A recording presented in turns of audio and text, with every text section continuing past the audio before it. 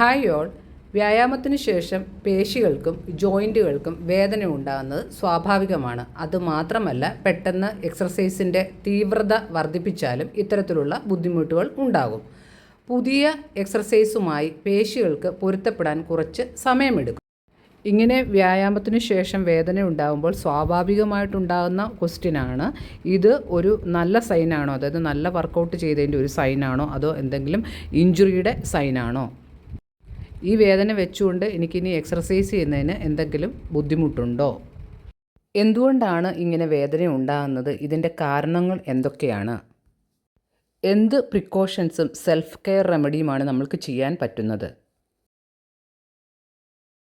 Delayed onset muscle soreness എന്നറിയപ്പെടുന്ന ഈ വേദന എങ്ങനെ ഉണ്ടാകുന്നുവെന്നും അതിൻ്റെ കാരണങ്ങൾ എന്താണെന്നും അതിൻ്റെ ലക്ഷണം എന്താണ്, സാധാരണയായിട്ട് ഒരു ഇഞ്ചുറി മൂലം ഉണ്ടാകുന്നൊരു വേദനയും ഇങ്ങനെ എക്സർസൈസിന് ശേഷം ഉണ്ടാകുന്ന വേദനയും തമ്മിലുള്ള ഒരു വ്യത്യാസം നമുക്ക് എങ്ങനെ തിരിച്ചറിയാമെന്നും അതിനെ നമുക്ക് എങ്ങനെ പ്രിവെൻറ്റ് ചെയ്യാമെന്നും എന്ത് സെൽഫ് കെയർ മെഷേഴ്സ് എടുക്കാൻ പറ്റും എന്നുള്ളതാണ് ഈ വീഡിയോയിലൂടെ നമ്മൾ ഷെയർ ചെയ്യുന്നത്. ഏറ്റവും പ്രധാനപ്പെട്ട ക്വസ്റ്റ്യൻ, നമ്മളിപ്പോൾ എക്സർസൈസ് ചെയ്യാൻ പോകുന്നു. എന്തിനു വേണ്ടിയാണ് ഞാൻ ഈ എക്സർസൈസ് ചെയ്യാൻ പോകുന്നത്? ഒരു ഫിസിക്കൽ ഫിറ്റ്നസ് ആണോ ഞാൻ ഉദ്ദേശിക്കുന്നത്? അതോ എൻ്റെ മസിൽ മാസും സ്ട്രെങ്തും ഒക്കെ ഒന്ന് നല്ല കൂട്ടുക എന്നുള്ളതാണോ എൻ്റെ ഒരു ലക്ഷ്യം? ഓവറോൾ ഹെൽത്ത് മാറ്റുക എന്നുള്ളതാണോ? അതോ ഫിസിയോതെറാപ്പിയിൽ നിന്ന് ഏതെങ്കിലും അസുഖമായിട്ടോ, ഒരു ആർത്രൈറ്റിസ്, ഒരു തേയ്മാനം, ഇങ്ങനെയുള്ള അസുഖത്തിന് വേണ്ടി എക്സർസൈസ് പറഞ്ഞിട്ടാണോ നമ്മൾ എക്സർസൈസ് ചെയ്യുന്നത്?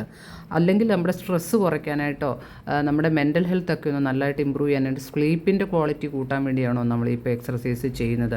വെയിറ്റ് റിഡക്ഷന് വേണ്ടിയാണോ നമ്മൾ എക്സർസൈസ് ചെയ്യുന്നത്? ഈ ക്വസ്റ്റ്യൻ നമ്മൾ സ്വയം ചോദിക്കുക. What is the objective? എന്തിനാണ് ഞാനിപ്പോൾ ഈ എക്സർസൈസ് ചെയ്യാൻ പോകുന്നത്? അതുകൊണ്ട് എക്സർസൈസ് തുടങ്ങുന്നതിന് മുമ്പായി നമ്മുടെ ഒബ്ജക്റ്റീവ്, നമ്മുടെ ഗോള് സെറ്റ് ചെയ്യുക. എന്താണ് ഈ ഡിലേഡ് ഓൺസെറ്റ് മസിൽ സോർനെസ്? ആ പേരിൽ തന്നെ ഡിലേഡ് എന്ന് പറഞ്ഞാൽ വൈകി വരുന്നത്. അതായത് നമ്മൾ എക്സർസൈസ് ചെയ്തു, അതിനുശേഷം ഒരു 24-48 അവേഴ്സിനുള്ളിൽ നമുക്ക് പേശി വേദന ഉണ്ടാകുന്നു. അങ്ങനെ ഒരു അൺഫെമിലിയർ ആയിട്ട്, നമുക്ക് അത്ര പരിചയമില്ലാത്തൊരു എക്സർസൈസ് അല്ലെങ്കിൽ കുറച്ച് കാഠിന്യമുള്ള എക്സർസൈസ് ചെയ്ത് കഴിയുമ്പോഴത്തേക്കും ഇങ്ങനെ കുറച്ച് വൈകി ഉണ്ടാകുന്ന ഈ വേദനയാണ് ഈ ഡിലേഡ് ഓൺസെറ്റ് മസിൽ സോർനെസ് എന്ന് പറയുന്നത്.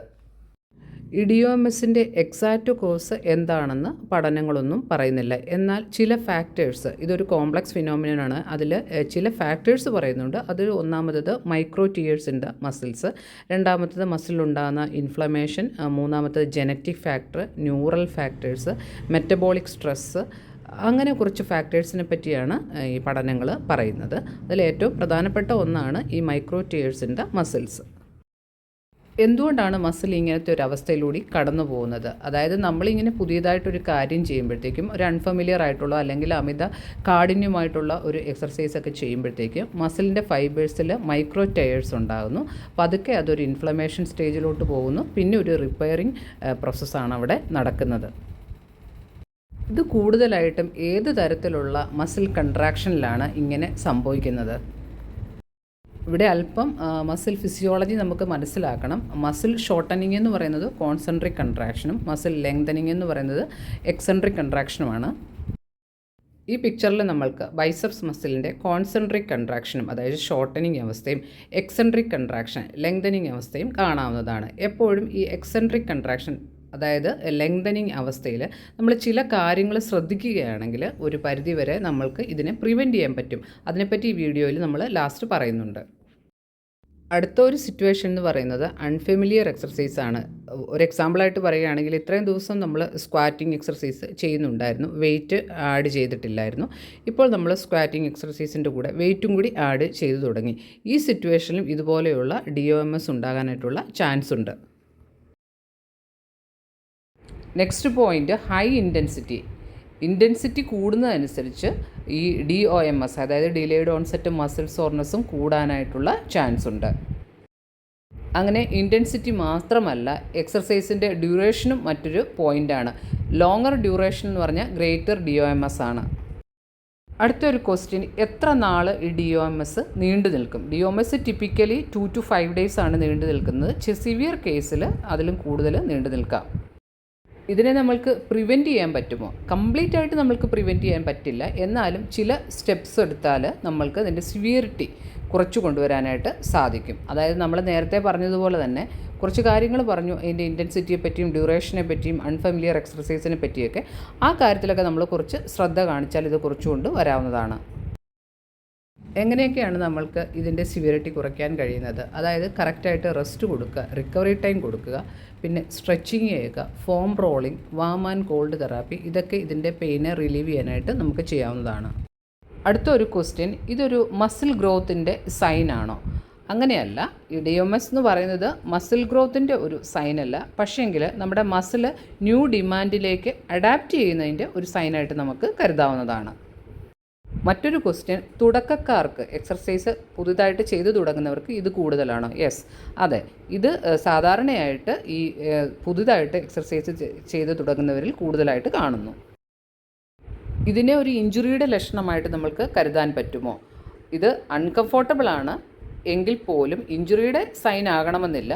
പക്ഷെങ്കിൽ ഇങ്ങനെ പെർസിസ്റ്റൻ്റ് ആയിട്ട് സിവിയറായിട്ട് ഈ സോർനെസ് കൂടി വരിക, സ്വെല്ലിംഗ് ഉണ്ടാകുക, ബ്രൂയിസിങ് ഉണ്ടാകുക, അങ്ങനെയൊക്കെ ആണെങ്കിൽ ഒരു അണ്ടർലൈൻ ഇഞ്ചുറി ഉണ്ടാകാനുള്ള ചാൻസ് ഉണ്ട്. ഇനി ഇതൊരു അണ്ടർലൈൻ ഇഞ്ചുറി ഉണ്ടോ അതോ ഒരു സാധാരണ DOMS ആണെന്ന് നമ്മൾ എങ്ങനെയാണ് തിരിച്ചറിയുന്നത്? അത് നമ്മൾ ശ്രദ്ധിക്കേണ്ട കാര്യം എന്താണെന്ന് വെച്ചാൽ ഇതൊരു പ്രത്യേക മസിൽ ഗ്രൂപ്പിലാണോ ഉണ്ടായിരിക്കുന്നത്, അതുപോലെ തന്നെ ഒരു 24 to 48 അവേഴ്സിനുള്ളിലാണോ ഇത് ഡെവലപ്പ് ആയത്, അത് റെസ്റ്റ് എടുക്കുമ്പോഴത്തേക്കും അതുപോലെ തന്നെ എക്സർസൈസ് ജെൻറ്റിലാക്കുമ്പോഴൊക്കെ കുറച്ച് ആശ്വാസം കിട്ടുന്നുണ്ടോ? അങ്ങനെ നമ്മുടെ ആൻസർ യെസ് എന്നാണെങ്കിൽ അത് ലൈക്ലി DOMS ആയിരിക്കും. ഇതിനെ എങ്ങനെ നമ്മൾക്ക് പരിഹരിക്കാം? എന്ത് സെൽഫ് കെയർ മെഷേഴ്സാണ് നമ്മൾക്ക് എടുക്കാൻ പറ്റുന്നത്? നമ്മൾ ബൈസെപ്സ് കേൾ ചെയ്തു, അപ്പോൾ ഒരു എക്സാമ്പിളായിട്ട് പറയുകയാണ്. അങ്ങനെ ചെയ്തു കഴിഞ്ഞപ്പോഴത്തേക്ക് നമ്മുടെ കൈയുടെ ബൈസെപ്സ് മസിൽ പിന്നെ കൺട്രാക്റ്റ് ചെയ്യുകയും സ്ട്രെച്ച് ചെയ്യുകയും ചെയ്യുമ്പോഴത്തേക്ക് നമുക്ക് വേദന അനുഭവപ്പെടാം, ചിലപ്പോൾ സ്റ്റിഫ്നെസ് അനുഭവപ്പെടാം. നമ്മുടെ ഡെയിലി ആക്ടിവിറ്റീസൊക്കെ ചെയ്യാനായിട്ട് പോകുമ്പോഴത്തേക്കും നമുക്ക് ഒരു ബുദ്ധിമുട്ട്, ഒരു പിടുത്തം അനുഭവപ്പെടാം, അല്ലെങ്കിൽ മസിലിനെ തൊടുമ്പോഴത്തേക്കും ഒരു ടെൻഡർനെസ് അനുഭവപ്പെടാം. അങ്ങനെ നമ്മൾ തൊടുമ്പോഴത്തേക്കും ഒരു ടെൻഡറൊക്കെ ആണെങ്കിൽ അവിടെ ഇൻഫ്ലമേഷനുണ്ട്, മസിൽ ഡാമേജ് ഉണ്ട്. ഈ അവസ്ഥയിൽ നമുക്ക് റെസ്റ്റാണ് ആവശ്യം, റിക്കവറിക്ക് ടൈം കൊടുക്കുക. പക്ഷേ നമ്മൾക്കിത് എങ്ങനെ പ്രിവെൻറ്റ് ചെയ്യാമായിരുന്നു? നമ്മൾ ആദ്യം തന്നെ എക്സെൻട്രിക് മസിൽ കൺട്രാക്ഷനെ പറ്റി പറഞ്ഞു. അതുകൊണ്ട് ആ ആക്ഷൻ ചെയ്തപ്പോഴത്തേക്കും കൺട്രോൾഡ് മൂവ്മെൻറ്റ് ചെയ്യാമായിരുന്നു. അതായത് സ്ലോ മൂവ്മെൻറ്റ്, ജെർക്കി മൂവ്മെൻറ്റ്സും ബൗൺസി ആക്ഷൻസും അവോയ്ഡ് ചെയ്യുക. ഈ മസിലിൻ്റെ മുകളിൽ ഓവറായിട്ട് സ്ട്രെസ്സ് കൊടുക്കാതിരിക്കാനായിട്ട് നോക്കുക. അതുപോലെ തന്നെ proper form maintain, proper form and technique, ആ മൂവ്മെൻറ്റ് ഫുൾ കംപ്ലീറ്റ് ചെയ്യുന്നിടം വരെ അങ്ങനെ ഒരു ഫോം മെയിൻറ്റെയിൻ ചെയ്യുക. അതും എക്സസീവ് സ്ട്രെസ്സ് അവോയ്ഡ് ചെയ്യാനായിട്ട് സഹായിക്കും. Next point warm up and cool down ആണ്. നമ്മൾക്ക് എല്ലാവർക്കും അറിയാവുന്ന കാര്യമാണ്. വർക്കൗട്ട് തുടങ്ങുന്നതിന് മുമ്പുള്ള വാമപ്പിനെയും അതിന് ശേഷമുള്ള കൂൾ ഡൗണിനെ പറ്റിയും ആ പോയിൻറ്റ് ശ്രദ്ധിക്കുക. നമ്മൾ എന്തിനാണ് എക്സർസൈസ് ചെയ്യുന്നത്? നമുക്കൊരു ഗോളുണ്ട്. ആ ഗോള് മനസ്സിൽ കരുതി ഗ്രാജുവലായിട്ട് പ്രോഗ്രസ് ചെയ്യുക. അല്ലെങ്കിൽ പെട്ടെന്ന് നമ്മൾ മസിൽ അഡാപ്റ്റ് ചെയ്യുന്നതിന് മുമ്പ് അതിന് ഓവർലോഡ് കൊടുക്കാതിരിക്കുക. അടുത്തതായിട്ട് നമുക്ക് ചെയ്യാൻ പറ്റുന്ന ഒരു കാര്യം എന്ന് പറഞ്ഞാൽ റെഗുലർ സ്ട്രെച്ചിങ്ങും ഫോം റോളിങ്ങും. അതായത് ഈ മസിലിൻ്റെ ടെൻഷനെ കുറയ്ക്കുന്നതിനും റിക്കവറിയെ പ്രൊമോട്ട് ചെയ്യുന്നതിനും ഫാസ്റ്റ് ആക്കുന്നതിനും ഈ രണ്ട് കാര്യങ്ങളും സഹായിക്കുന്നു.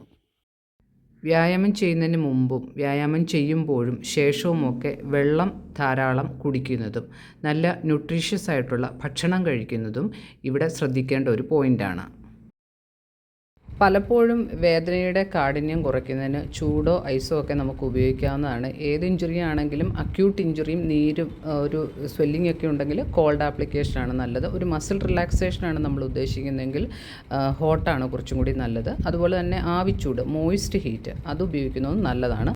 ഇതുവരെ നമ്മൾ പറഞ്ഞതൊക്കെ സെൽഫ് കെയർ മെഷേഴ്സാണ്, ഒരു പ്രൊഫഷണൽ ട്രീറ്റ്മെൻ്റ് അല്ല. നമ്മുടെ വേദനയുടെ കാഠിന്യം അത് എത്ര നാൾ നീണ്ടു നിൽക്കുന്നു എന്നൊക്കെ അനുസരിച്ച് നമുക്ക് പ്രൊഫഷണൽ ട്രീറ്റ്മെൻറ്റിന് വേണ്ടി ഒരു ഫിസിയോതെറാപ്പിസ്റ്റിനെ സമീപിക്കാവുന്നതാണ്. അവർ നമ്മൾക്കൊരു റിക്കവറി പ്ലാൻ ഡെവലപ്പ് ചെയ്ത് തരുന്നതാണ്.